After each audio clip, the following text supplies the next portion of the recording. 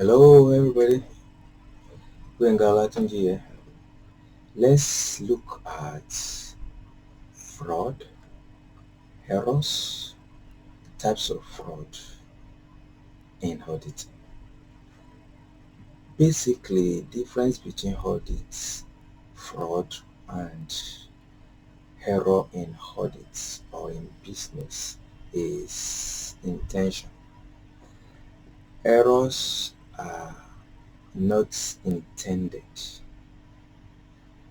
but by one way or the other they happen.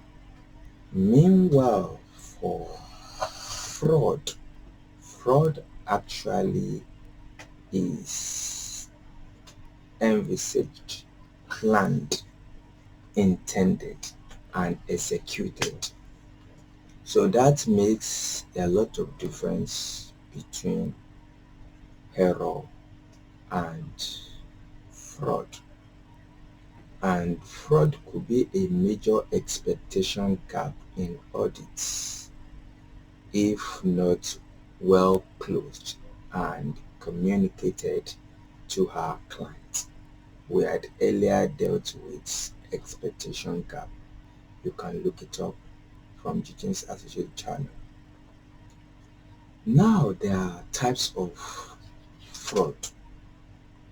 We have misappropriation and fraudulent financial reporting. Fraudulent financial reporting and misappropriation are the types of fraud that we have. Now let's take them one after the other.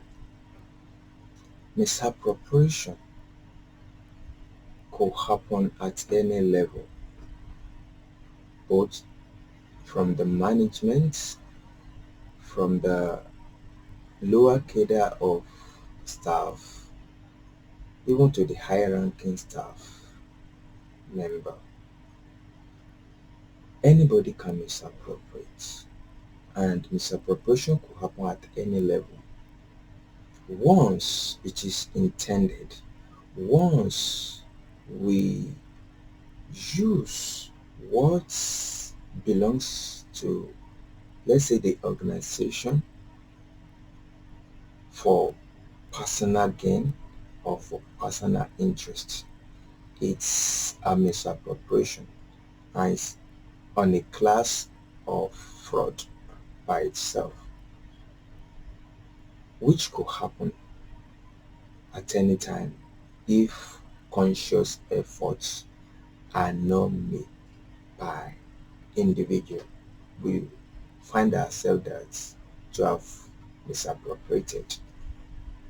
So fraud, as large as many times we discuss it and take it to be, if on the individual level we do not take conscious efforts about our activities and the like, we find ourselves already fraudulent while we may not even notice it.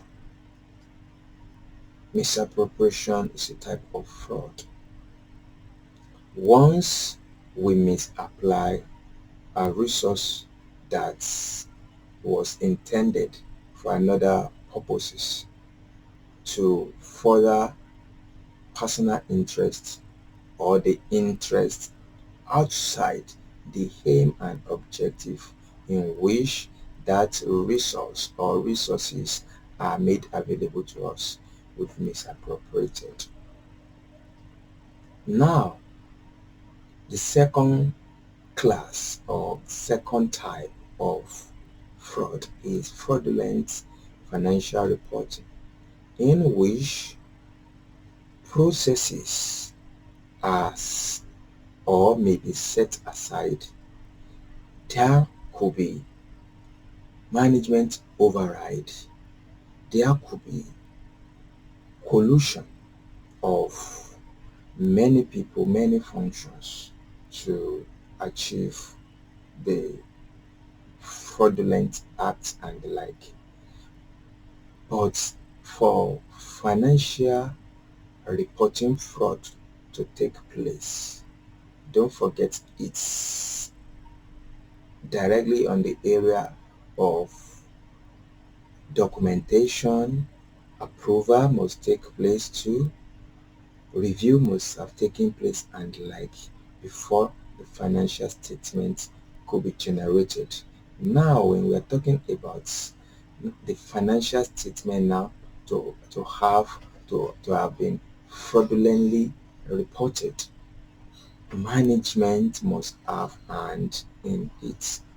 You will agree with me. And this may be on the personal level. I am of the opinion that fraudulent financial reporting cannot take place without management input in it. Meanwhile, misappropriation could take place without management in involved in it, because misappropriation basically could take place at any level by anybody in the organization.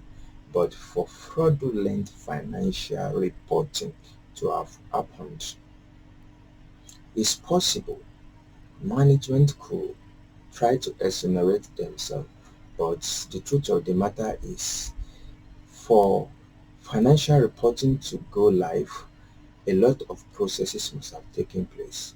A lot of postings must have taken place. A lot of reviews must have taken place.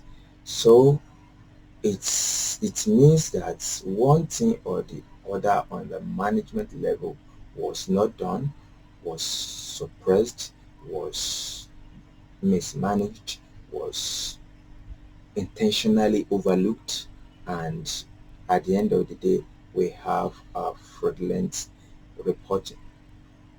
So errors are not intended, frauds are intended. Under fraud, there is misappropriation, which eventually will graduate to become financial reporting fraud, that is fraudulent financial reporting, which definitely will involve management or management team. From GJAMES Associate channel, we would love you subscribe. Next time we'll look at other aspects of auditing.